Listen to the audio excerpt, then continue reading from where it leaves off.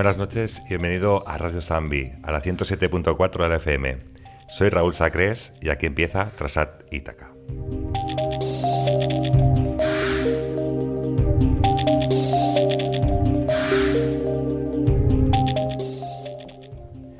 Una noche más nos convertimos en peregrinos, pero en esta ocasión en peregrinos auténticos. Recorreremos, junto a una gran compañía, aquellas leyendas que circulan por toda España, desde tiempos inmemorables, aquellas incluso piedras que todavía a cierto día de hoy, Mario Ortega, que tengo aquí a mi izquierda. Muy buenas noches.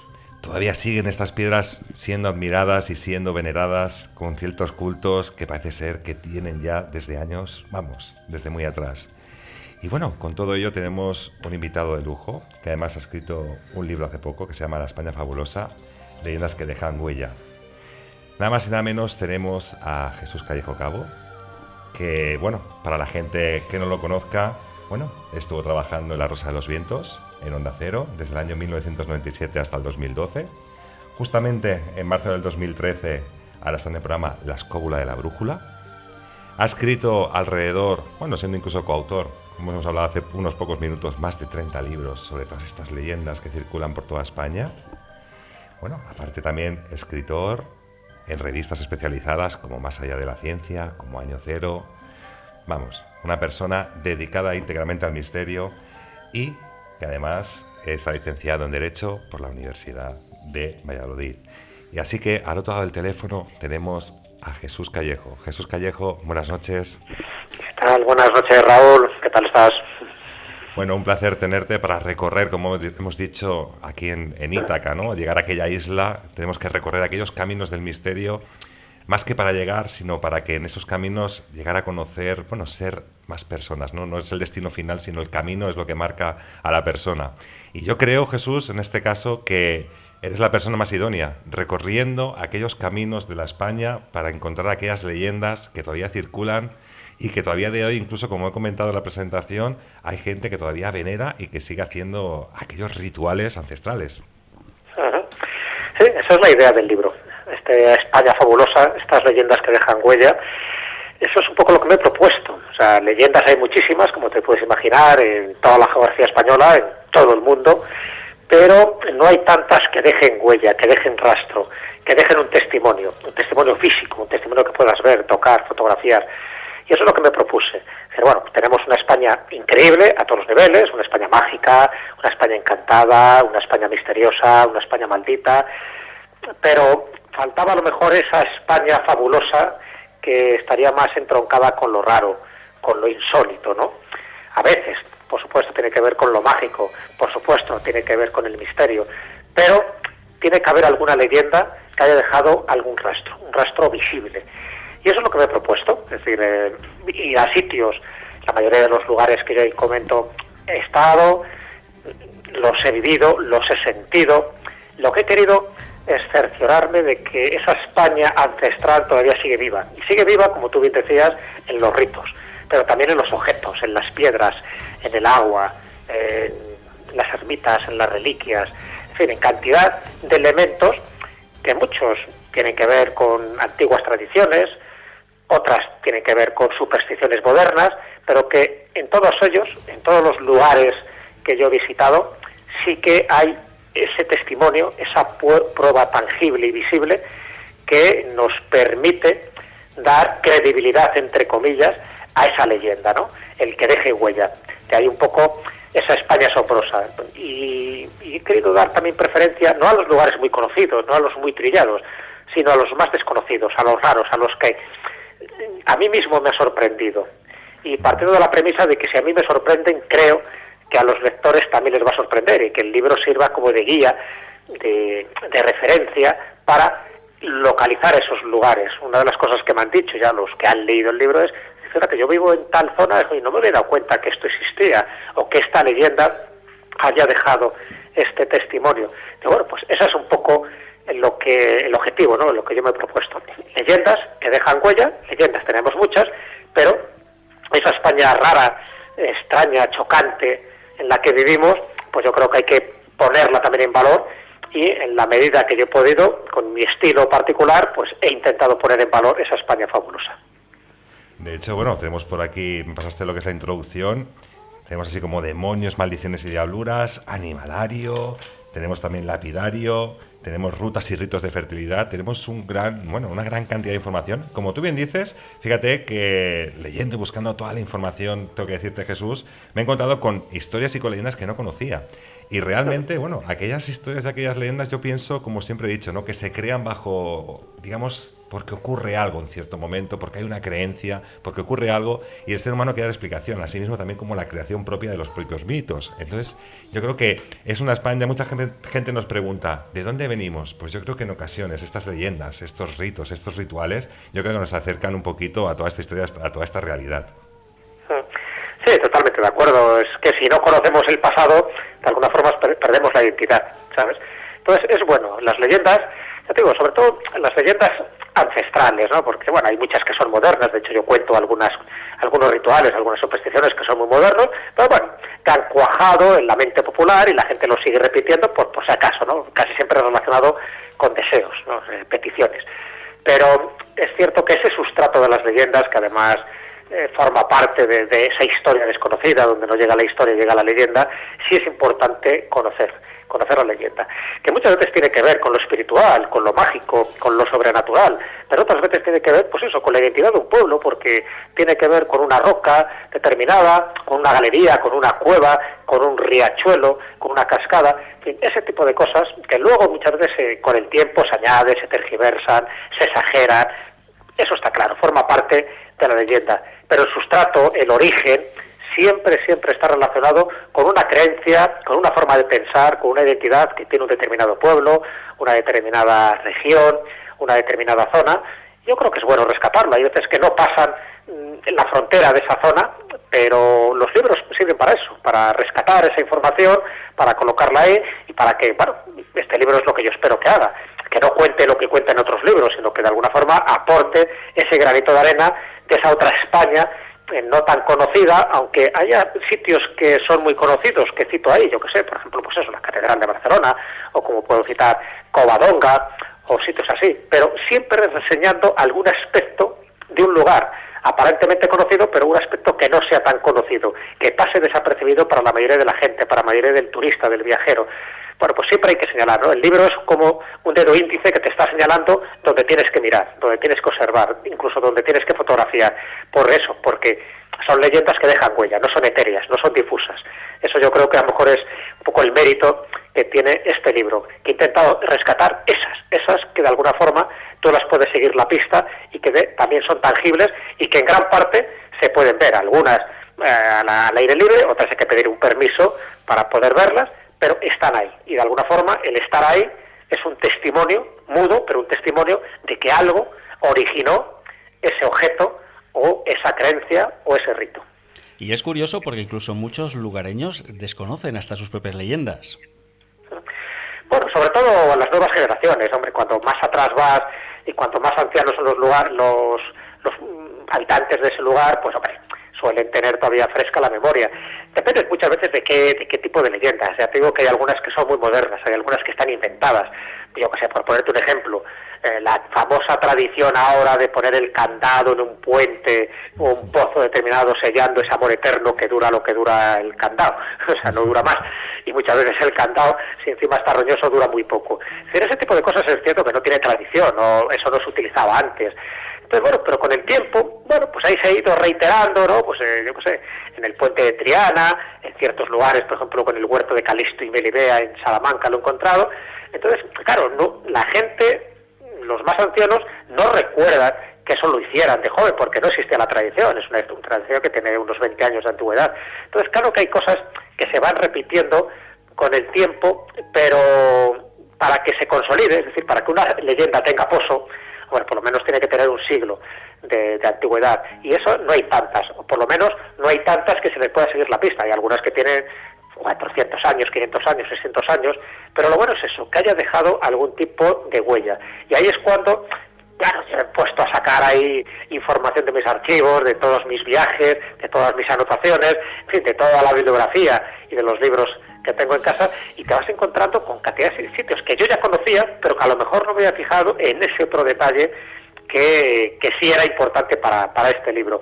Entonces ahí sí que te puedes encontrar con multitud de cosas que algunas personas sí conocen en la zona y otras no. O sea, yo que sé, por ejemplo, si vas a Castro Hinojo, por ejemplo, que es un pueblo de León, muy pequeño, pues hombre, tiene una roca que la llaman la piedra de la fertilidad y evidentemente ellos sí que lo conocen y saben para qué sirve y para qué lo utilizan, pero a lo mejor 20 kilómetros más allá o 30 kilómetros más allá dentro de la misma provincia de León no saben que existe Castro Hinojo y no saben que existe esa piedra de la fertilidad, porque es algo como muy local, como muy tangencial para ellos, ¿no? Bueno, pues los libros sirven para eso, ¿no? Para romper barreras y para que sean más conocidos, y entrevistas como esta, pues también para que la gente diga, pues mira, nunca había oído de tal lugar o de tal sitio de los que podamos citar a lo largo de esta entrevista. Eso es lo bueno, ¿no? Poner en valor este tipo de información, saber que están ahí y, por supuesto, el que luego vaya a estos sitios para comprobarlo, que es lo que yo recomiendo, que luego vaya con el mayor respeto posible. Es decir, que las cosas no se alteren, no se deterioren, que sigan ahí para que otros lo puedan contemplar, creas o no creas en ese ritual, creas o no creas en esa tradición o en esa leyenda, da igual, pero el hecho es que está ahí y para un pueblo determinado, para una casa mejor o para una persona es importante. Bueno, pues es importante para uno, tiene que ser importante para los demás, y yo creo que eso es lo que tenemos que preservar, ¿no? Respetar un poco nuestro patrimonio arqueológico, pero también nuestro patrimonio legendario. Bueno, la España fabulosa tiene que ser la guía casi no completa del todo, porque es lo que hablamos, que hay muchas leyendas en el territorio español, pero sí que puede ser una guía que las personas cuando lean esta obra, este libro, sí que se van a encontrar con una cantidad de datos asombrosos, porque la realidad es así, y sí que en lugares que puedes visitar, evidentemente tienes que tener otra visión seguramente en algo que a lo mejor no es tan conocido, porque a lo mejor vas a ver ciertos monumentos y demás, pero que realmente está por ahí. Además, Jesús, mira, me llama la atención cuando empiezo a leer aquello que es tu obra, me encuentro con similitudes también, que esto es muy curioso, similitudes en diferentes comunidades, pero que la leyenda se repite. Fíjate que aquí en Radio Sambi, entre Sat y Ítaca, hemos hablado en alguna ocasión de los Prat Dip, de los perros vampiros, que además incluso la connotación que tiene el escudo y el propio nombre, estamos hablando de estos perros vampiros. Pero curiosamente, en tu libro me encuentro, Jesús, una maldición gomera a los perros malditos. Sí, no tiene que ver con los Pradip, no tiene que ver con esos perros vampiros, pero sí, fíjate, es muy desconocida, incluso para los propios gomeros, ¿no? Esto lo descubrí, pues, cuando estuve en la isla el año pasado, y además con un buen amigo que también hace de guía por allí, y bueno, pues lo sabía, ¿no? Estoy hablando de Carlos Jesús Simancas, un gomero, ¿no? Muy comprometido con estos asuntos de su isla, y un gran investigador.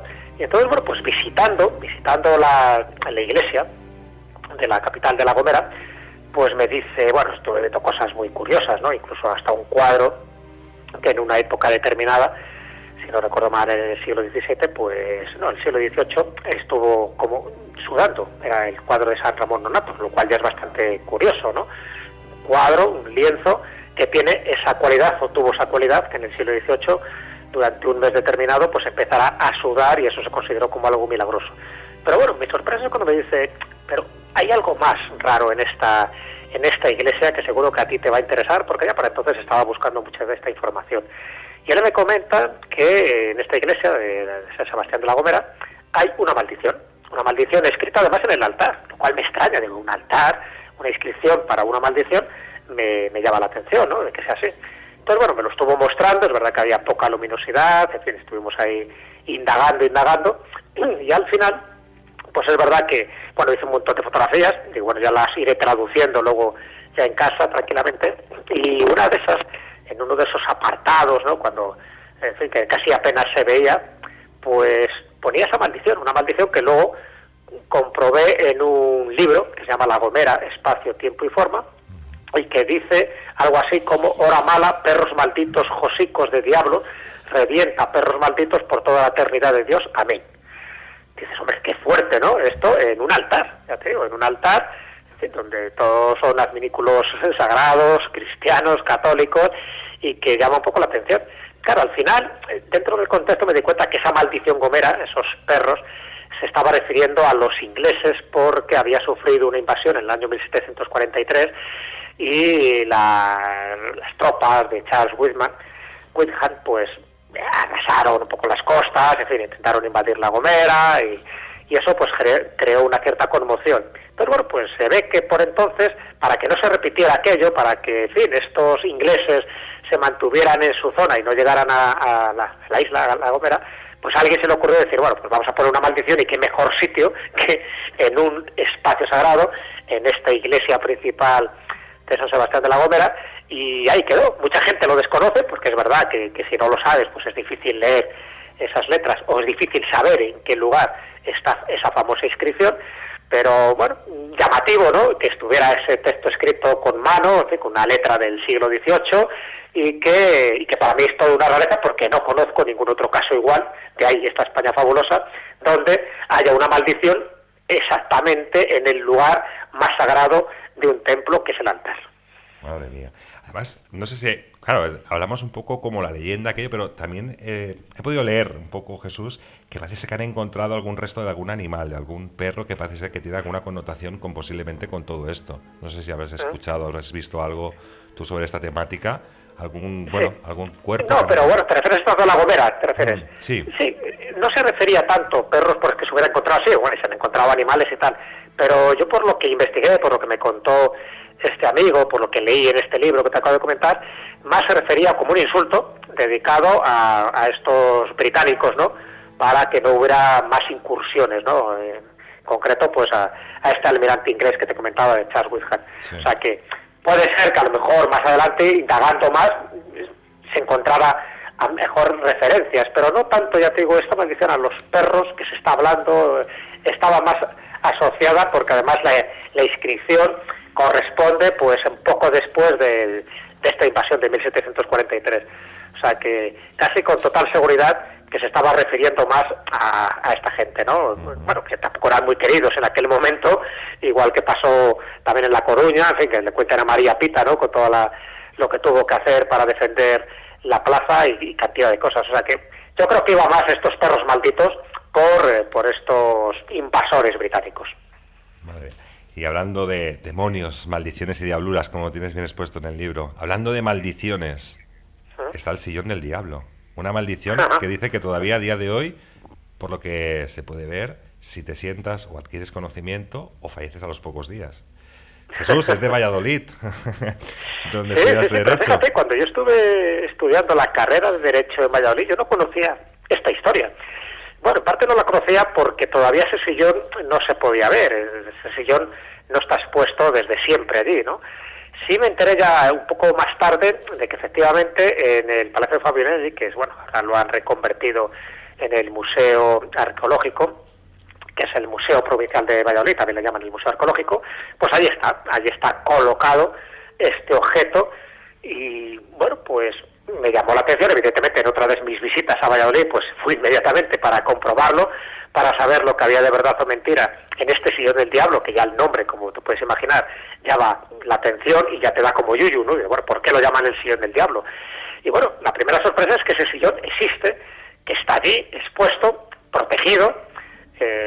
En principio no te puedes sentar y entiendes el por qué no te puedes sentar, pero primero porque es un objeto de museo, pero luego porque tiene esa maldición. ¿En qué consiste básicamente? Bueno, de forma muy resumida, te cuento que tiene que ver con un médico, Andrés de Proaza, que, bueno, pues no era muy bien visto por sus colegas, porque este hombre curaba más que los demás. Y curaba más, claro, rápidamente empezó a correr el rumor de que hacía un pacto con el diablo, y que además tenía orígenes judíos, y que, bueno, esos conocimientos no podían ser normales y tenían que venir por otras vías, no por las vías más naturales, sino más sobrenaturales, no por las vías del conocimiento empírico, sino más bien del conocimiento demoníaco. Y bueno, mira tú por dónde, pues la Inquisición toma cartas en el asunto, registra la casa, resulta que ve un cadáver diseccionado, en fin, haciendo una autopsia, lo cual estaba prohibido en aquella época, y bueno, suficiente para que le torturaran y él empezara a cantar. Y cuando canta, cuando da su versión, pues él comenta efectivamente que ese sillón se lo había entregado un nigromante de Navarra, en agradecimiento por haberle salvado precisamente de una refriega que tuvo con la Inquisición. Y bueno, pues ese sillón frailero, como así se llama, se lo entregó con la particularidad de que ese sillón, cuando tú te sentabas, entrabas en trance y percibías esa enseñanza que de alguna forma te suministraba pues esa suprema majestad, ¿no? O satánica majestad que es el diablo. Entonces, claro, era un conocimiento heterodoxo que le permitía saber más que sus coetáneos, pero también estaba tonteando o coqueteando con lo prohibido. Pues la Inquisición al final le encuentra culpable, le ejecuta, y ese sillón, bueno, como todo el ajuar que tenía este médico, Andrés de Proaza, pues queda como relegado, queda olvidado, y con el tiempo pues nadie sabe que ese sillón estaba maldito, porque la maldición que este hombre dijo es que nadie que fuera licenciado en Derecho se podía sentar en ese sillón a riesgo de que te diera un síncope, que te murieras. En el siglo XIX cuenta esa leyenda que cuando se pone en la Universidad de Valladolid el sillón, bueno, no le den más importancia porque ya digo, se había olvidado su recuerdo, pero un vedette quiso echarse una siestecita y se quedó en el sitio, ¿no? Nadie tampoco lo atribuyó hasta que un segundo vedette cometió la misma imprudencia y también falleció. Alguien se dio cuenta de que ese sillón tendría que ver con el famoso proceso inquisitorial de este médico nigromante, y a partir de ahí ya lo colgaron del techo para que nadie tuviera la tentación de sentarse y que provocara otra ejecución, una especie de silla eléctrica sin chispazos, y así quedó hasta que hace unos cuantos años pues alguien tuvo la ocurrencia de ponerlo en este Palacio de Fabionelli, en este museo arqueológico, y allí es donde yo lo vi, donde yo lo fotografié, hay una foto ahí en el libro precisamente, y donde yo no tuve la tentación de sentarme porque yo soy licenciado en Derecho, pero no licenciado en Medicina, y no he querido tentar la suerte. Que de hecho dice que hay un cordón rojo, ¿no? Entre sí, los... totalmente. Bueno, evidentemente, claro, es para evitar que alguien se siente. ¿no? Pero por si acaso ha puesto un cordón rojo para que nadie se siente, porque siempre hay alguno que dice, voy a ver, que yo no me creo estas cosas, ya sabes, si esto fuera una película de estas norteamericanas, pues de jovencillos, seguro que alguno se sentaría además con un Cuba Libre en la mano y a ver qué pasaba. Pero bueno, no deja de ser curioso que hay una historia, que hay un personaje histórico que se le puede seguir la pista, y que ese sillón del diablo, en lugar de quedar como una leyenda difusa, pues lo puedes ver, es un objeto físico, y bueno, puede ser ese, no puede ser ese, no lo sabemos, pero el hecho es que es verdad que es un sillón del siglo XVI, que corresponde un poco por la descripción a lo que se comenta en este proceso inquisitorial, y que ahí está para las miradas indiscretas y para aquel que conozca la historia, porque el que no lo conozca pasa desapercibido y para él es un sillón más del mobiliario y no tiene mayor importancia. Sí, además estaba situado en la calle Esgueva, si no recuerdo mal, de Valladolid. Y parece ser que cuando encuentran a este médico, ¿no? A este Andrés de Proaza, resulta que se lo encuentra que también que tiene un cadáver de un niño, parece ser que está haciendo algo. Claro, exactamente. Cuando os he dicho que se le encontró un cadáver, era el de un niño, con lo cual ahí se juntaba pues lo del infanticidio. Se juntaron varios elementos, ya tengo que resumir mucho la leyenda, pero se juntaron varios elementos para que la Inquisición le considerara culpable, y ya te imaginas lo que pasaba cuando encima alguien hacía tratos con el diablo en aquella época, pues morías de forma irremediable. Y ya digo que a partir de ahí es cuando surge un poco esa tradición, esa maldición del sillón que se fue olvidando con el tiempo, y mira tú por dónde, pues hace poco se ha rescatado, ¿no? esa leyenda, por lo menos ese conocimiento oculto que tenía el sillón, gracias a que se ha expuesto en este museo. Un museo que es un palacio, y además solo por el lugar merece la pena entrar, ¿no? Además en un lugar muy céntrico y muy cerca además de la universidad, de la Facultad de Derecho de la Universidad de Valladolid, donde también hay otra tradición que tiene que ver con los leones de su atrio, que no hay que contarlos si realmente quieres aprobar las asignaturas. O sea que, como ves, todas las ciudades, en concreto Valladolid, tienen sus creencias, sus supersticiones, y siempre pues muy relacionadas con esa sensación de que puedes conocer el futuro, ¿no? De una forma oficial o extraoficial, de una forma ortodoxa o heterodoxa, y luego allá tú con las consecuencias. Así que también eso de los leones de la Facultad de Derecho es muy curioso, y también es una leyenda que mucha gente desconocía, ¿no? Mucha gente desconocía hasta que, bueno, pasa un poco como con lo de la rana y la calavera, ¿sabes?, en la Universidad de Salamanca. Es decir, son tradiciones muy estudiantiles que tienen que ver mucho con aprobar o no aprobar asignaturas, y que más que tradiciones tienen que ver con supersticiones, pero bueno, que están ahí, que se han mantenido a lo largo de los siglos, y que el que lo quiera saber, o el que quiera contar los leones, que en este caso no hay que contarlos, pues que se atreva para ver si realmente sus notas mejoran o no mejoran. Es decir, una creencia, una tradición que comento también en el libro. Bueno, pues hablando de este sillón, que los más osados oyentes no se les ocurra sentarse, como mínimo, no hacer esa siesta. No lo van a dejar tampoco, no lo van a dejar. No lo van a dejar, por lo menos que si está boca arriba o tiene aquel cordoncito rojo, ya vamos bien por ahí. Sí, señor. Bueno, y ahora yo creo que también aquellos hombres mujeriegos, porque también hay ciertas leyendas, incluso con los hombres mujeriegos, que tienen ciertos encuentros con el diablo. Y no es nada otra que la mano del diablo, porque la mano del diablo también tiene una circunstancia de un hombre muy mujeriego que parece ser que tiene un resultado bastante tétrico en ese campo.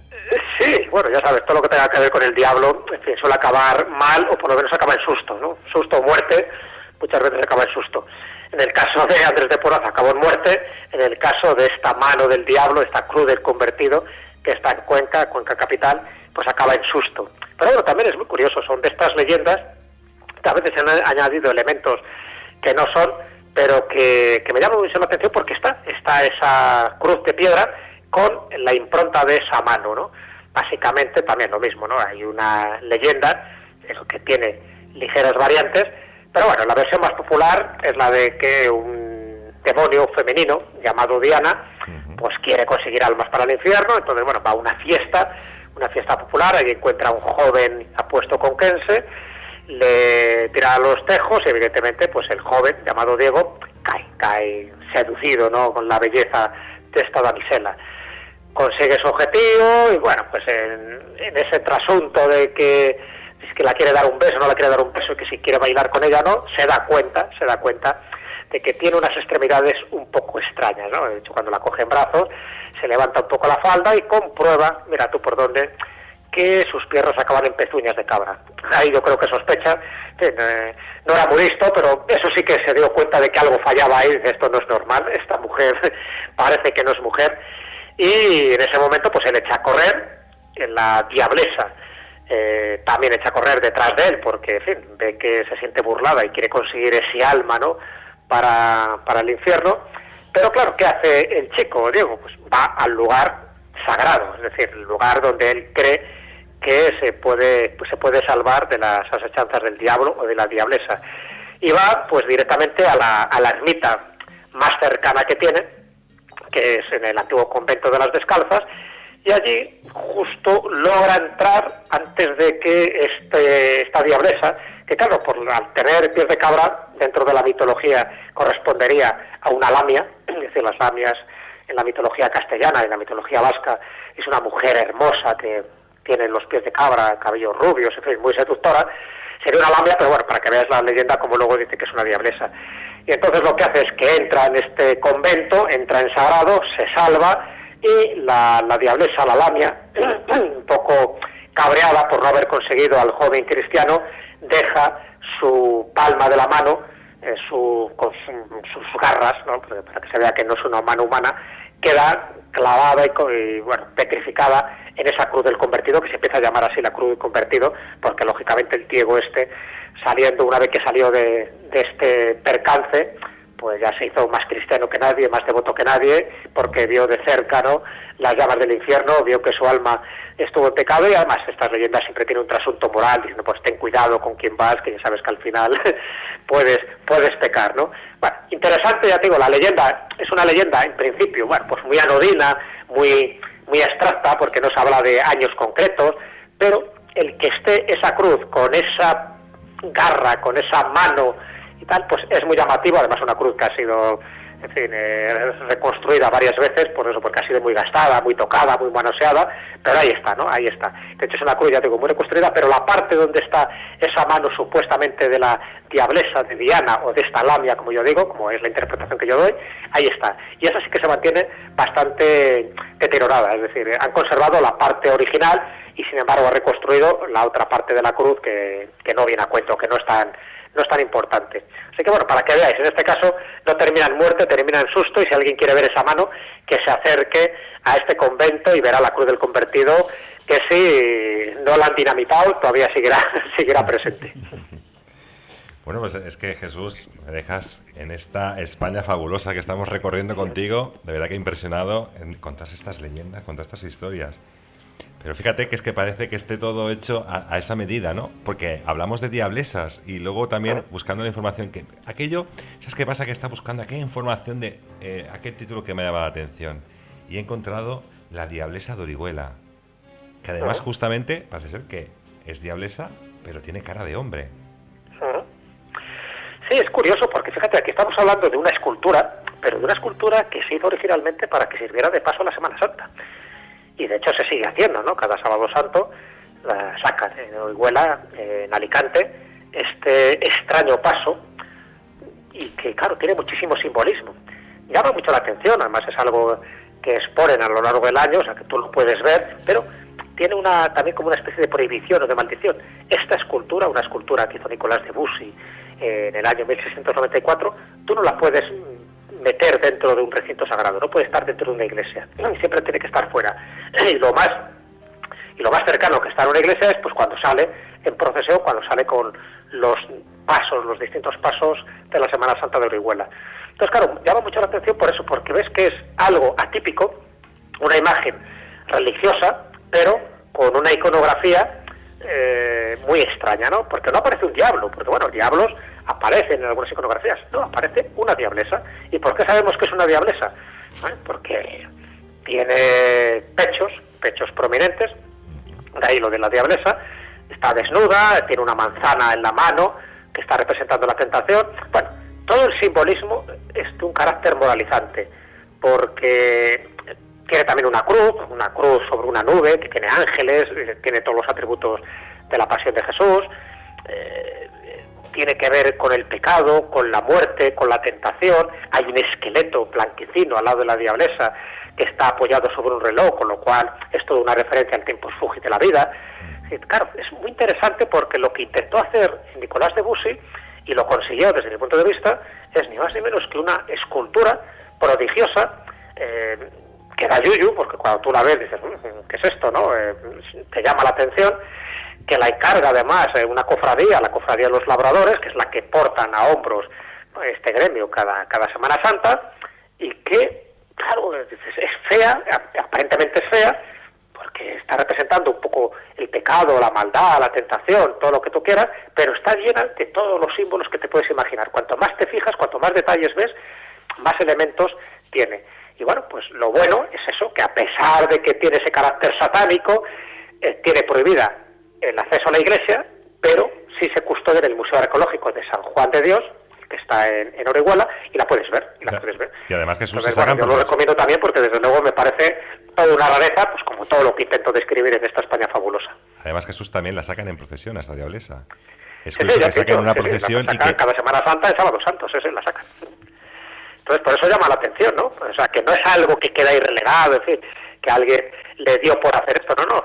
Lo hizo con todos los parabienes, porque fue este encargo del gremio de labradores, y que lo aceptó pues con todas las condiciones que le puso el gremio de labradores. Ya te digo, lo que le hace raro, varias cosas, ¿no? No solo el aspecto que tiene, además tiene una cara como muy demoníaca, es una cara de hombre, pero bueno, una cara con un gesto grotesco. Se ve claramente que haya puesto los pechos de una forma descarada, ¿no? Casi lasciva, fíjate, y que tiene esa curiosa maldición de que no puede estar en un recinto sagrado. Entonces, bueno, eso también te llama la atención, pero eso solo se puede ver en el Museo Arqueológico de San Juan de Dios, no la puedes ver en otro lado, en un lugar laico, ¿no? En un lugar profano. Fíjate que hace poco tocamos el tema de Rennes-le-Château y hablamos incluso de aquel diablo Asmodeo que está en la iglesia de Rennes, que puso allí también el cura Saunier, y que la gente se hace como aquellas cruces de decir, ¿cómo puede ser, ¿no?, que en la parte religiosa tenga esos diablos por ahí? Pues fíjate que en Orihuela tenemos a esta diablesa que la sacan en procesión, al caso contrario en este sentido de Rennes-le-Château, que no puede directamente entrar en ningún recinto religioso. Claro. Jesús, ¿sabes qué pasa? Bueno, que tengo aquí un otra poco... vez más, ¿ves? Esta España chocante que tenemos. Exacto. ¿Sabes qué pasa, Jesús? Tenemos aquí un poco el ambiente así, medio en penumbra, porque me gusta hacer radio así como también en penumbra. Qué bueno. Y sinceramente, con tanta diablura es aquello que dices, está entrando como un poquito aquí de el neguit, que se dice en Cataluña, vamos a llamarlo así. Pero sí que me gustaría, diciendo que estamos en Cataluña, hay una historia, tenemos la Catedral de Barcelona, tenemos una historia de que siempre hay 13 cisnes custodiando aquellos patios interiores de la Catedral de Barcelona, que tienen su historia, que la gente entra, ve aquellos cisnes, pero nadie se pregunta el por qué o por qué están allí. Y todo tiene su historia. Claro, y es otra rareza, porque fíjate que animales muertos sí que hay en algunas catedrales, santuarios, ermitas. Animales muertos y disecados, ¿no? Y luego, si quieres, comentamos alguno de ellos. Pero animales vivos, lo que es animales vivos dentro del recinto sagrado de una catedral, no hay tantos casos. De hecho, yo solo conozco dos casos, y los dos están en España. Uno es el de las 13 ocas de Barcelona, en el claustro de la Catedral de Barcelona, y el otro es el de Santo Domingo de la Calzada, ese gallo y esa gallina que siempre tienen que estar vivos y que rememora uno de los milagros más sonados medievales. Bueno, pues en el caso de las 13 ocas de Barcelona es verdad, o sea, el que haya ido a la Catedral de Santa Cruz y Santa Eulalia, como aquí también se llama la SEO, pues bueno, mucha gente no repara, ¿no? Porque o no van a ver el claustro gótico, o si lo ven, pues bueno, ven allí que hay unos cuantos animales y no le da más importancia, pero dentro de esos animales que campan a sus anchas están 13 ocas blancas. ¿Por qué? ¿Por qué eso? Y además esto se mantiene durante muchísimo tiempo. Bueno, pues el que sepa un poco de qué va, el que haya leído algún otro libro, el que haya preguntado, por ejemplo, a alguien de la catedral, pues le dirá que tiene que ver con la santa a la que de alguna forma se conmemora, ¿no? Esta gran catedral, que es Santa Eulalia. Santa Eulalia cuenta la leyenda que ella muere con 13 años, con lo cual ya tienes el número 13, que la ejecutan una vez que ha pasado 13 suplicios o 13 martirios, con lo cual ahí de nuevo vuelves a tener el número 13. ¿Y por qué ocas y no otro animal? Y ahí, bueno, esto es lo curioso, ¿no? Porque fíjate que los lugares donde hay culto a Santa Eulalia, también pasa en Mérida, también pasa en Santa Eulalia, en Mérida, en Extremadura, también pasa en Santa Eulalia de Bóveda, donde dicen que supuestamente está enterrado Prestiliano, son lugares de culto pagano, son lugares donde normalmente había un culto a la diosa Cibeles, y a la diosa Cibeles se la asociaba dentro de sus atributos, dentro de su iconografía, con las ocas, con las ánades. Y bueno, pues no por casualidad están esas 13 ocas en el claustro gótico de la Catedral de Barcelona, haciendo referencia por una parte a la edad que tenía Santa Eulalia cuando fue ejecutada en el año 303 y a los 13 martirios.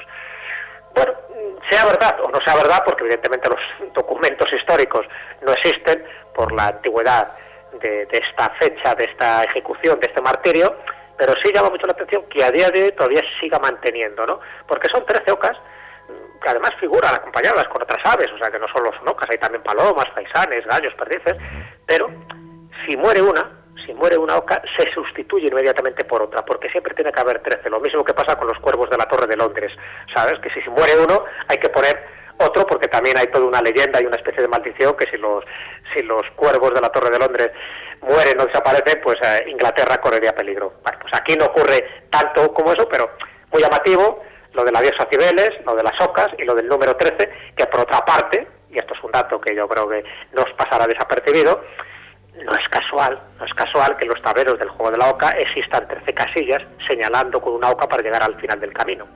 Correcto. Curioso. Es muy curioso. Madre mía, Jesús. Menudo viaje estamos dando los peregrinos de Ítaca, menudo viaje. Bueno, en eso consiste, ¿no? En eso consiste. Viajar. En viajar. Y siempre lo importante no es la meta, es el camino, como bien decíais. Exacto. Bueno, aquí estamos de lleno. Animales, esas 13 ocas, animalario. He visto por aquí, desde las boas y anacondas castellanas hasta el cocodrilo de Viso del Marqués. Bueno, yo creo que hay un sinfín de animalario por toda la geografía, el cual se rinden ciertos cultos, ciertas tradiciones, ligadas incluso, fíjate, el cocodrilo. Me ha sorprendido el cocodrilo. Tengo que decirte que el cocodrilo, digo, ¿qué hace un cocodrilo en estos alrededores? Pues hay cocodrilos y caimanes. Pero claro, ahora, bueno, pues sabemos en qué tipo de animales son, ¿no? El cocodrilo y el caimán. Pero en la época que llegan a estos recintos sagrados, eran animales muy raros. Eran animales exóticos. Nadie había visto un cocodrilo en su vida. Nadie sabía lo que era un caimán. Entonces vienen como monstruos, vienen como dragones. De hecho, en algunos lugares los bautizan como el dragón. Yo qué sé, por ejemplo, el dragón del patriarca, el que está en la iglesia del Colegio del Corpus Christi, el Colegio del Patriarca en Valencia.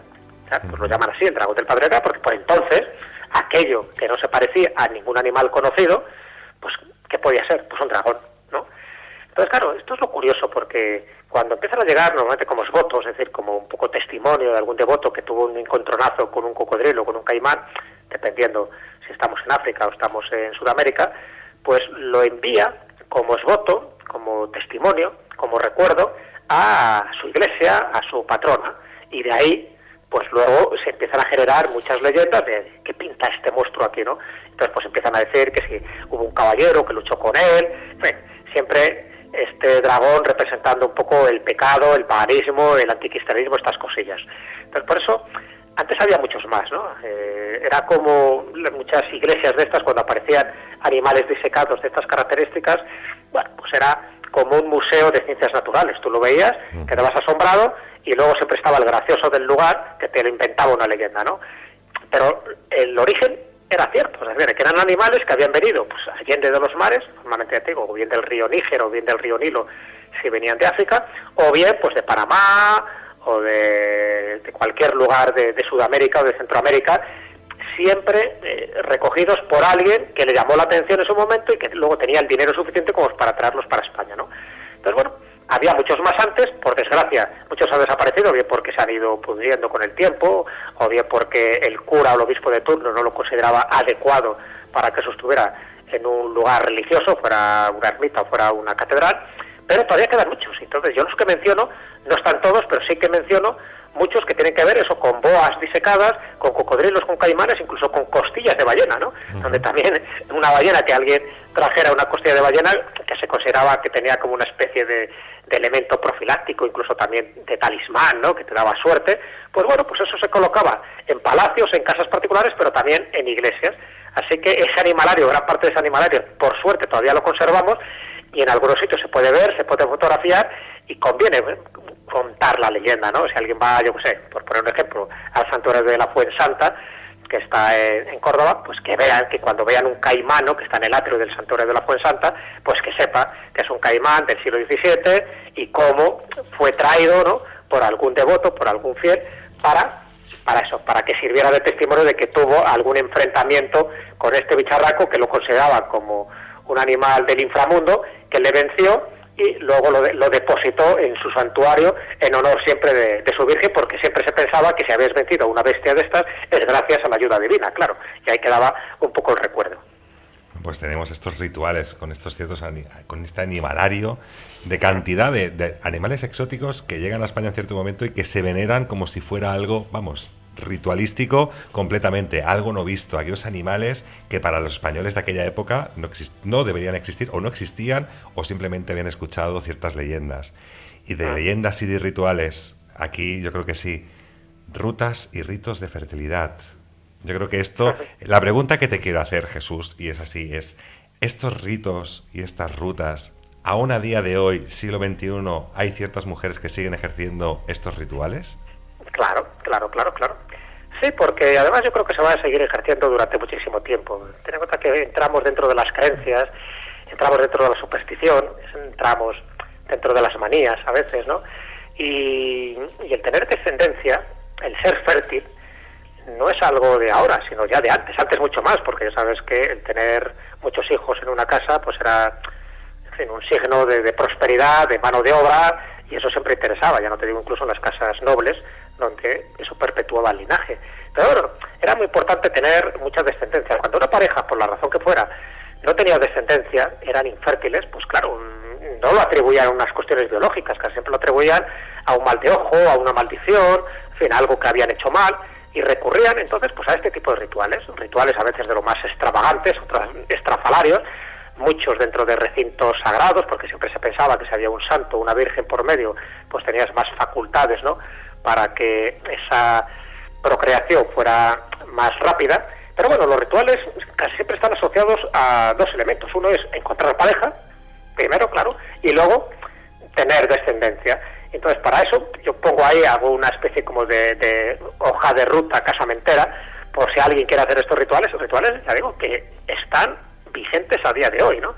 Incluso pongo las fechas en algunos casos, porque claro, en algunos tienes que ir a un sitio determinado, pero también en una fecha determinada, para que eso se cumpla. Por ejemplo, el 2 de enero. El 2 de enero, si tú quieres encontrar novio o novia, tienes que tocar la campana de la Torre de la Vela, que está en la Alhambra. Entonces es el único día, porque además se conmemora un poco lo de la conquista, ¿no?, del último bastión de la Reconquista, que era Granada. Entonces ese 2 de enero es cuando tienes puertas abiertas, y entonces se oye continuamente tocar la campanita de la Torre de la Vela, y siempre con la idea de que el que toca la campanita va a encontrar pareja a lo largo del año. Si es en febrero, pues las piedras del Sacromonte granadino para tocar, hay una piedra negra, una piedra blanca, que también hay que hacer un ritual, ¿no? El 1 de mayo, pues hay que ir en romería a la Virgen del Valle en Toledo, porque también allí las mozas en la casadera tocan la campana del santuario para encontrar novio en ese mismo año. Hace muy poco, el 13 de junio, ha sido la festividad de San Antonio de Padua. Y entonces en San Antonio de Padua, te puedes imaginar que es el santo poco para los novios de los enamorados, pues en Madrid, sin ir más lejos, en la ermita de San Antonio de la Florida, existe el ritual de echar alfileres en una pila bautismal y luego colocar la palma de la mano para ver cuántos alfileres se te quedan adheridos.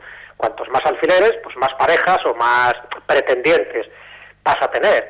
O sea, que te quiere decir que esas cosas se siguen realizando. Ya no te digo, por ejemplo, lo que se hace durante la noche de San Juan en la playa de la Lanzada, en Galicia, en Pontevedra, el ritual o el baño de las 9 olas. Pues todavía se sigue haciendo. Mucha gente descreída, con risitas, con todo lo que tú quieras, pero la gente lo hace por si acaso. Y dice, oye, sí funciona. Y como esto te podría citar una docena más de casos de rituales y de rutas que aparecen descritas en este libro y que en el fondo, pues si alguien lo quiere probar suerte, que pruebe suerte, porque yo he visto en sitios, en la Piedra de Almargen, por ejemplo, Almargen es una localidad de Málaga, que hay un ídolo, pero un ídolo prehistórico, un ídolo de la época neolítica, que yo he visto testimonios, libros escritos de testimonios de parejas que habían ido allí, que dicen que habían tocado el ídolo y que a los 9 meses, pues la mujer se había quedado embarazada. Pues bueno, te llama la atención, ¿no? Que esté por escrito, que aparezca incluso a veces la fotografía del niño, que vayan allí a dar gracias de nuevo al ídolo. En fin, algo, en este caso pagano, que no tiene nada que ver con lo cristiano, pero que tiene las mismas raíces fecundadoras, ¿no? En cuanto a la creencia universal de que determinados objetos, sea beber agua, sea tocar una campana, sea tocar una piedra, te puede dar fertilidad o te puede conceder el deseo que tú estás fervientemente anhelando. Y en este caso, que es encontrar pareja o tener descendencia. Cualquiera de las dos cosas o las dos cosas, porque hay santuarios que sirven para todo. Que de hecho esto que comentabas del falo pétreo de Almargen, por lo visto dicen que el alcalde lo tenía como pisapapeles, ¿no? Sí, eso y que de año en año iba teniendo hijos y nadie se preguntaba por qué. Exactamente. Eso ya le empezó a mosquear. Dice, uy, ¿qué pasará? Porque claro, cuando lo encontraron pensaban que era un mojón de piedra sin más trascendencia. Y eso que ya llamaba la atención porque tiene está como grabado, ¿no? No se ve muy bien, pero bueno, hay unos ojos, una especie de nariz, y luego hay una protuberancia como si estuviera embarazada. Por lo tanto, es como un ídolo hermafrodita. Por una parte es femenino y por otra parte es masculino. Masculino digo porque tiene forma de falo. Entonces, bueno, eso no llamó mucho la atención en su momento porque se encontró ahí tirado en medio del campo, pero ya luego con el tiempo pues empezaron a dar cuenta entre que el alcalde se hizo con más familia numerosa y que ya los arqueólogos empezaron a valorar que aquello, en fin, tenía un cierto valor prehistórico, ¿no? Pues alguien lo asoció, y yo creo que con buen criterio, a eso, a que era un rito de fertilidad, porque en aquella época, estamos hablando de hace 6.000, 7.000 años, sí es verdad que en los campos, fíjate que en los campos también es muy importante que sean fértiles los campos, igual que el ganado, lo mismo pasa con las personas, o sea que la fertilidad se da en todos los ámbitos, pero si tú tienes un terreno y no es fértil, no te da hortalizas, no te da verduras, no te da nada, pues está claro que te mueres de hambre. Entonces, había determinados procedimientos y rituales para que ese campo fuera fértil. Y uno de ellos era colocar este tipo de piedras fálicas, colocarlas en sitios determinados del terreno, en la creencia de que los dioses pues te iban a permitir tener una cosecha muy abundante. Bueno, pues seguro que una de esas piedras pues ha perdurado en el tiempo, ha llegado a nosotros, y lo que es más chocante y más sorprendente es que esa piedra que ahora está colocada en el Museo del Almargen, pues la gente que va allí, mira que tiene piezas arqueológicas interesantísimas de la época de los tartesos, pero la gente, sobre todo parejas, los que van allí es a tocar el ídolo, a poner la mano y a ver qué pasa. Y lo que pasa es que, bueno, con independencia de lo que creas o no creas, el hecho es que yo he visto 4 libros, 4 tomos de testimonios de gente, de parejas, que estaban totalmente agradecidas a que ese ídolo, por arte de birlo, que pues hacía esos efectos de fertilidad. Entonces, bueno, eso forma parte de esa España extraña, de esa España fabulosa. Ahí tienes otro ejemplo. Vamos, que viene recomendado por el alcalde, que habéis dicho los dos, me habéis dejado ahora sin alcalde, palabras. Bueno, fíjate, también la que me lo enseñó en su momento era la concejala de Cultura, ahora ya no sé si estará, pero hacía de guía, y yo le pregunté, ¿no?, a esta mujer, y bueno, Digo, yo lo toqué, en fin, lo sobé, me hice fotos, y como era un hombre no corría yo peligro. Y entonces le pregunté a ella, digo, ¿tú has tocado en algún momento el libro? Dice, no, ni si me ocurre, ni me acerco, porque he visto cosas aquí muy extrañas. Dice, cuando llegue el momento, ya tocaré el libro. O sea, bueno, me quedé un poco intrigado, ¿no? Eso que me dijo, porque ella como mujer no se atrevía a acercarse, no se atrevía a tocarlo por si acaso, ¿no? O sea, que a lo mejor el ídolo tuviera algún tipo de poder invisible y pasara lo que pasara. Pero bueno, ya digo que era muy curioso porque ella me contó cantidad de testimonios de gente que iba allí, pero con una fe ciega, y estamos hablando de un museo, no estamos hablando de una iglesia, ni estamos hablando de una ermita. Pero ahí están, y los testimonios, los libros escritos, estaban ahí para poderlos ver. Yo los vi, los ojeé y me di cuenta de que realmente, bueno, la gente creía a pies juntillas hasta el punto de que volvían una vez que habían tenido el niño, y la foto del niño la dejaban ahí en el propio libro como testimonio, ¿no?, de que el milagro se había producido. Seguramente esta expresión de pasar por la piedra provenga precisamente de estas leyendas. Pues sin ninguna duda, está claro. El pasar por la piedra, lo que pasa es que la piedra tenía muchas funciones, ¿no? Es un poco el culto a las piedras, la litolatría. Entonces, qué duda cabe. De hecho, en Musía, por ejemplo, dentro de lo que es la provincia de La Coruña, en Galicia, en Musía sabes que hay dos piedras, la piedra de los Cadrís y la piedra de Avalar. Y la piedra de Avalar, que es una piedra plana, una piedra que dice que avala, que es decir, que canta justo, pues cuando se balanceaba. Ahora ya no se balancea porque se la cargó una tormenta, pero sí que la piedra existe, y una de las cosas, en fin, de los efectos terapéuticos y fertilizadores que tenía la piedra, era que si una pareja se acostaba en esa piedra y hacían lo que tenían que hacer, el acto, pues 9 meses después, igual que pasa con la playa de la Lanzada y con las 9 olas, 9 meses después, pues parece que la mujer tenía un hijo. Eso es pasar por la piedra, en definitiva. Bueno, pues esa creencia, que todavía existe esa piedra, ¿no?, en otras han desaparecido, ¿no?, con el paso del tiempo, bueno, pues es una forma de decir claramente que has pasado por la piedra. Otras veces era mejor pasar por la piedra, a lo mejor para curarte de determinadas enfermedades del riñón, o sea que no todo tenía que ver con la fertilidad. Pero está claro que ya sabes que nuestro refranero es muy sabio, y cuando un refranero te dice, te voy a pasar por la piedra, pues con total seguridad tendría que ver con este tipo de ritos de fertilidad, ¿no? Otra cosa es que habría que analizar el origen cuando te dicen que te voy a poner Miranda Cuenca. Habría que analizar por qué dicen eso. Y en estos rituales ya no solo el tema de la fertilidad, de desear, o sea, quedarte encinta, sino que incluso puedes pedir si quieres un niño o niña, ¿no?, como en los pozos de San Vicente. Exactamente. Bueno, eso ya es una sofisticación, porque ya no es quedarte embarazado, sino encima elegir el sexo del niño, ¿no? Es muy curioso porque, fíjate, aquí esto está relacionado con una santa, ya no con una virgen, sino con una santa, Santa Casilda, y que además es patrona, ¿no?, de muchas enfermedades de la mujer. En fin, tiene toda una leyenda muy interesante esta mujer. Además estamos hablando de leyendas medievales, ¿no?, del siglo X en adelante, y que tenía que ver con la corte de Toledo.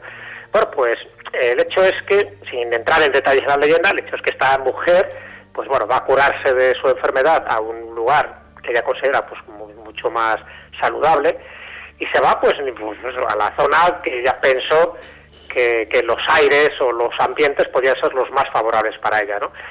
Y así fue. Entonces esta mujer se va a toda esta zona de Burgos, donde ella hizo allí como su eremitorio, por decirlo así, y esa zona donde ella eligió para tener su ermita, que ahora lógicamente es el santuario de Santa Casilda, pues hay 2 pozos, y esos 2 pozos, que no tenían nada que ver con su época, esto es algo que se fue generando posteriormente. Ya sabes que las leyendas luego se van, es como que hay un folclore en formación, ¿no? Entonces, bueno, cuando ella hace su santuario, en principio su cueva, pues esto en Briviesca, en Burgos, no hay más importancia que estar considerado como una mujer santa. Cuando muere es cuando ella se empieza a construir esa pequeña ermita, y ahora es un santuario. Y pronto se empieza a decir que es la abogada de la fecundidad. ¿Por qué? Por eso, por los lagos de San Vicente. Y la leyenda dice que en estos lagos es donde ella se cura de esas enfermedades que ella tiene, y que sus aguas pues tienen propiedades milagrosas, fertilizantes, que conceden deseos. Y lo que no pasaría además, es decir, bueno, pues vale, pues ya está, pues aguas terapéuticas como hay tantas, ¿no? O una leyenda de una santa que tampoco tiene mayor trascendencia, saben, en la zona. Lo importante es que ese ritual en algún momento se ha estado repitiendo de forma pues continua, ¿no? ¿Y en qué consiste ese ritual? Un poco lo que decimos, ¿no? Bueno, hay dos pozos, uno dice que es un pozo blanco, otro es un pozo negro, pero no por otra historia, no porque uno tenga aguas blancas, otros negras, depende del fondo que tiene ese pozo. Entonces, desde la lejanía, desde arriba, desde la parte donde está el santuario, pues es verdad que un pozo tiene unas aguas más claras, otras más oscuras, pero por el fondo, ¿no? Por el limo que tiene el fondo de esos pozos. Y la tradición, que ya te digo, que se sigue repitiendo a día de hoy, de hecho yo en el libro coloco una noticia del año 2011, donde una pareja de Vitoria, pues regresan al santuario con su hija, porque dice que nació después de haber lanzado una teja al Pozo Blanco, porque aquí consiste la tradición, es decir, que si tú quieres una niña, tienes que intentar que esa teja que lanzas desde arriba, o sea que a una distancia considerable, tiene que entrar en el Pozo Blanco, ¿sabes? Y entonces, ahí en ese momento, pues si entra, como has pedido el deseo, la piedra va asociada al deseo, en este caso de tener una niña, pues lanzas al pozo, y si es una teja, tienes una niña, si es un niño, pues es otro tipo de piedra, no es una teja, es como una especie de canto rodado, ¿no? Con lo cual, bueno, pues no deja de tener, su gracia no deja de ser una superstición, sin ningún tipo de fundamento, como os podéis imaginar, científico ni médico, pero el hecho es que la gente lo siga haciendo y que siga apareciendo noticias actuales de parejas que han hecho el ritual, como esto que te acabo de comentar, de tirar en la teja al Pozo Blanco, tener la niña y volver de nuevo al santuario de Santa Casita, pues para darle las gracias por el favor concedido, o por el milagro, para más de uno. Entonces, ¿qué ha ocurrido ahí? Pues bueno, muchos dirían que es que en ese momento se relajan, o que, en fin, el efecto placebo, o lo que tú quieras, ¿no? Pero el hecho es que funciona, y el hecho es que el ritual se sigue practicando día tras día, año tras año, y sobre todo pues en la conmemoración de la fecha en la que se celebra sobre todo la peregrinación al santuario de Santa Casilda. Ahí lo tienes. Otro ejemplo más de esas leyendas que dejan huella. Y tanto que van dejando huella. Tirar la teja, tirar el tejo, vamos, o sea, utilizado también. Tirar los tejos, pasar por la piedra, bueno, vamos. Tirar los tejos, pasar por la piedra, todo tiene su... Bueno, fíjate, las pistas que estamos dando aquí a los oyentes. Para que luego digan de dónde venimos, fíjate, ahí tenemos las grandes evidencias, esas huellas en las leyendas. Lo que sí, Jesús, antes has citado Castrinojo, que dices, igual mucha gente no conoce Castrinojo. Y yo creo que ya me he quedado con las ganas de saber Castrinojo, con las ganas de saber esa piedra de fecundación de Castrinojo. Sí. Uh-huh. ¿Qué cuenta esta leyenda? Hay poca gente que conozca este pueblo, ¿eh? A ver, el León, sabes que es una de las provincias más grandes, junto con Badajoz, entonces hay cantidad de pueblos, o sea, no te creas que todo el mundo, incluso yo soy de León, por ejemplo, oye, esta historia la he conocido relativamente hace poco, ¿no? Y mucha gente de la zona, de los alrededores, tampoco la conoce. Entonces, bueno, ¿en qué consiste? Bueno, pues fíjate que es curioso cómo te diría, se junta una tradición totalmente pagana, pero pagana, con una tradición relacionada con la fertilidad, con una roca que ya estaba en ese pueblo, pues antes de que existiera el pueblo, eso te lo puedo asegurar. ¿En qué consiste? Claro, hay que verlo, porque aquí no estamos hablando de un menhir, no estamos hablando de, como te diría, como esta piedra de almaje que hemos dicho, ¿no? Que es un ídolo, que tiene una forma determinada, que incluso está grabada. No, para nada. Esta es una piedra que la llaman popularmente la piedra de la fecundación, en esta localidad leonesa de Castrinojo, en la comarca de la Cabrera, y es un pedrusco que está pues, prácticamente en la calle principal, o sea que eso ya llevaba ahí desde siglos o desde milenios, ¿no? Pero bueno, por alguna razón, en algún momento determinado, que no especifica la leyenda, pues en este morrillo del Extremadero, que es como se llama a la zona donde está colocada esta piedra, pues una mujer que quería quedarse embarazada, dice que frotó su barriga con esta piedra y quedó, por decirlo así, fecunda, ¿no? Quedó en estado de buena esperanza. Y eso se fue transmitiendo. Dice, pues bueno, pues si funciona, entonces pues muchas mujeres de ese pueblo y de los pueblos de alrededor lo fueron haciendo. Y dice, bueno, no tiene más trascendencia que una leyenda muy local con una piedra que ni siquiera tiene forma fálica, no tiene forma de menir, pero que frotándote de la barriga te lo hacían más. Ahora ya, bueno, por supuesto, las mujeres que hay ahora pues no toman a risa, no le dan más importancia, pero me consta que por lo bajín y en privado sí que lo hacen. Y que forma parte de esas piedras de fertilidad que están repartidas por muchísimos lugares de León, como en Noceda del Bierzo, en Villafranca, donde también existían este tipo de piedras. Y más si esas piedras tenían algún tipo de agujero, estaban furadas, como se llamaba, ¿no? Porque dicen que ese agujero, ahí tienes otra vez los dos elementos, es decir, por una parte piedras verticales tipo menires con un agujero, pues tienes los elementos masculinos y femeninos. Dicen que todavía eran más propicias para la fecundidad. Bueno, pues ahí está, lo dejo como una curiosidad, pero que me llama la atención que en Castrillojo, que no lo conoce casi nadie, ni siquiera muchas veces en la misma provincia de León, pues está esa piedra que si te frotas convenientemente, y ojo, cuidado con el frotar, te puede pasar cositas. Bueno, tenemos a Castro Hinojo ahora, yo creo que toda la gente, si nos escucha aquí en Castro Hinojo, mandamos un recuerdo y que tienen allí aquella piedra. Bueno, Sí, sí. La España fabulosa, leyendas que dejan huella, escrito por Jesús Callejo, prólogo de Javier Sierra.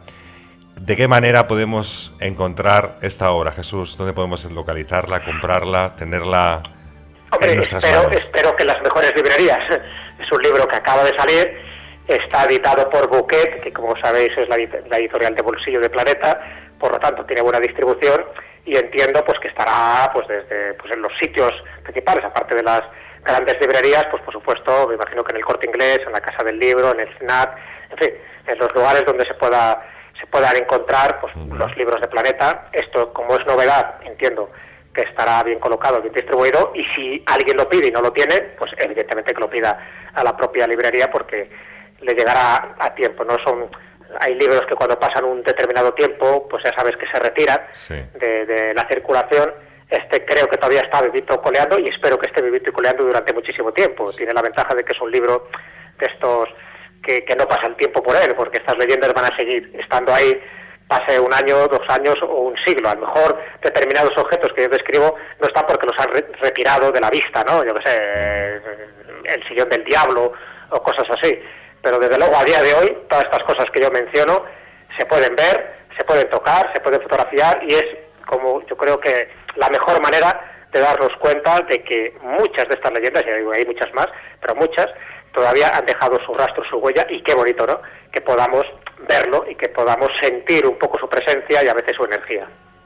Pues hoy nos hemos sentido muy peregrinos en esos caminos del recorrido del misterio, el misterio de las leyendas, de los ídolos, de aquellas piedras que, fíjate, pasar por la piedra, ¿quién le iba a decir? Y que tantas otras que pueden conseguir que tienen ciertas características, que tienen ciertos poderes enigmáticos, ¿no? Aquella magia de la España ancestral que sigue vigente a día de hoy gracias a la labor de Jesús Callejo, incluso con esta España fabulosa. Jesús Callejo, un placer enorme tenerte en Trasat Ítaca, en Radio Zambi, aquí en el programa de radio, contándonos, bueno, más que contándonos, deleitándonos estas historias que nos llegan, vamos, desde años a día de hoy, que, bueno, yo creo que es inconmensurable en ese sentido. Muchas gracias, Jesús Callejo. Muchas gracias a vosotros, de verdad, ha sido todo un placer. Un abrazo muy fuerte. Un abrazo, Jesús, gracias. Gracias.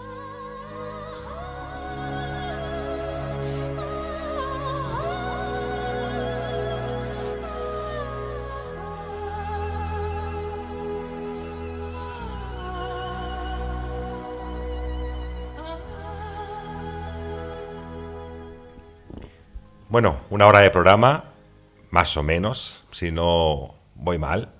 Y de verdad, un recorrido por aquella España mágica, como he dicho hace un momento, Mario Ortega, un invitado de lujo que, bueno, interiormente tiene toda esta sabiduría de la España ancestral.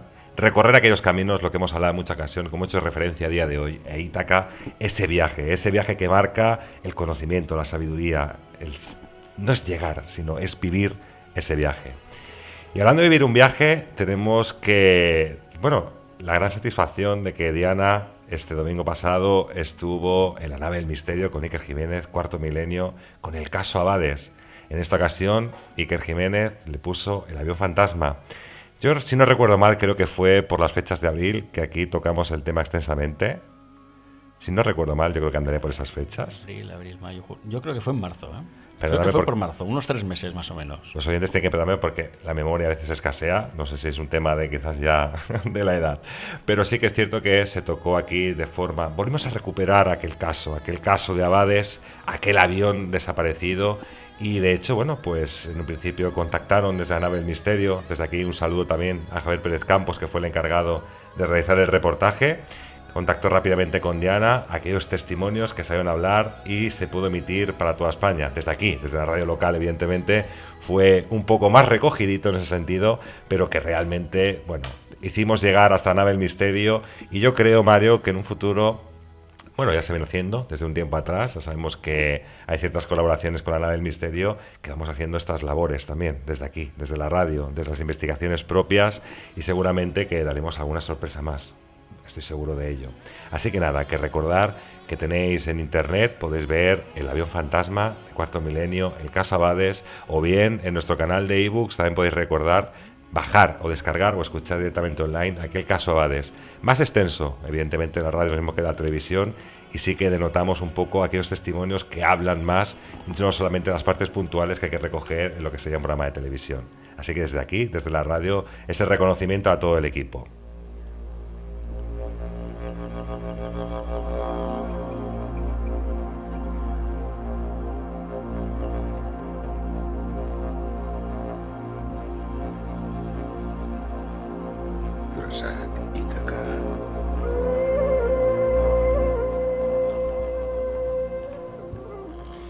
Bueno, y desde aquí, desde la 107.4 la FM, desde Trasat Ítaca, estamos llegando épocas veraniegas, de las cuales hay un planteamiento de... Todavía no tenemos claro si el día 22, una efeméride para mí, que quizás a lo mejor eso me impide poder estar en radio, pero quizás dar por, digamos, esta temporada, vamos así, de verano, acabar ya. Sí que es cierto que estamos planteando la opción. Estamos planteando, digo, no quiero que después la gente se os eche encima, de poder hacer un par de programas quizás extensos, quizás programas especiales, para emitir aquí en radio, quizás a mejor el mes de julio, aquello para que no se olviden de nosotros, estos oyentes. De todas maneras, es algo que está en pleno proceso, realmente no sabemos si acabará siendo, ¿no? Sí que es cierto que tenemos unos invitados también de lujo, cabe decir, que seguramente pues tenemos que hacer algo, ¿no, Mario? Hombre, tanto que sí. Yo creo que habrá que trabajar un poquito, quizás a lo mejor en épocas estivales, en épocas veraniegas, aunque sean un par de programas, y dejarlos para que la gente nos siga escuchando y quizás ya volver en septiembre. Exactamente, para que no nos olviden, nos vamos a poner las pilas, toda la carne en el asador, y ya iremos preparando todo para la próxima temporada a partir de septiembre. Bueno, y desde aquí también, quiero hacer una pequeña invitación, porque de hecho creo que la semana pasada confirmé más o menos por encima lo que era la noticia. A día de hoy sí que puedo decir que ya es una realidad, y la realidad es que el 11 de julio del 2016 me podréis encontrar, la gente que me sigue ya lo sabéis también, bueno, que me sigue no os habéis todavía confirmado lo que sería el lugar, pero sí que vamos a subir a la montaña de Montserrat. En aquella montaña de Montserrat voy a recoger la historia de la ufología, la historia de los ovnis, los casos, los desaparecidos. ¿Qué ha pasado en la historia? Hay evidencias que marcan que Montserrat tuvo un pasado, un presente y tiene un futuro ufológico. Yo creo que todo esto lo vamos a descubrir en la montaña de Montserrat. De hecho, hay mucha gente que ya por privado me ha dicho que quiere apuntarse, gente que ha escuchado un poco aquellas campanas, no para encontrar a aquel novio, como bien decía Jesús Callejo, pero sí que ha escuchado campanas y quieren acercarse hasta la montaña. Iremos dando datos por redes sociales, por las páginas también de la propia emisora de radio, iremos dando estos datos para que tengáis en cuenta estas conferencias, pero bueno, ir apuntando a los oyentes, día 11 de julio, montaña de Montserrat, por confirmar el lugar, y día 12 de julio sí que tocaré una conferencia en el Centro Cívico de las Corts, tengo que decir, en Barcelona, lugar que se puede acceder, en el cual hablaré de personajes míticos de Cataluña, quizás la vampira de Barcelona, el Santet de Poblenou. Y como estoy en las Corts, no me olvidaré de aquel pájaro tan enorme que asustó a esa barriada de las Corts con sus graznidos durante la noche. Así que nada, desde aquí recordatorio, Trasat Ítaca parece que, por un lado, aquí hacemos una pequeña pausa estival, igual 2 programas más, nos vamos a las conferencias y seguramente volveremos en septiembre. Desde aquí, desde la radio, Mario Ortega. Muy buenas noches, un placer auténtico, ya sabéis, aquí seguimos, seguramente, ya os lo digo, casi seguro que 1 o 2 programas para julio seguro que caen, o sea que tranquilos que vais a tener algo más de Trasat Ítaca. Seguiremos dando guerra con los misterios. Llega el verano, pero los misterios no cesan, así que nos escuchamos en los especiales. Buenas noches.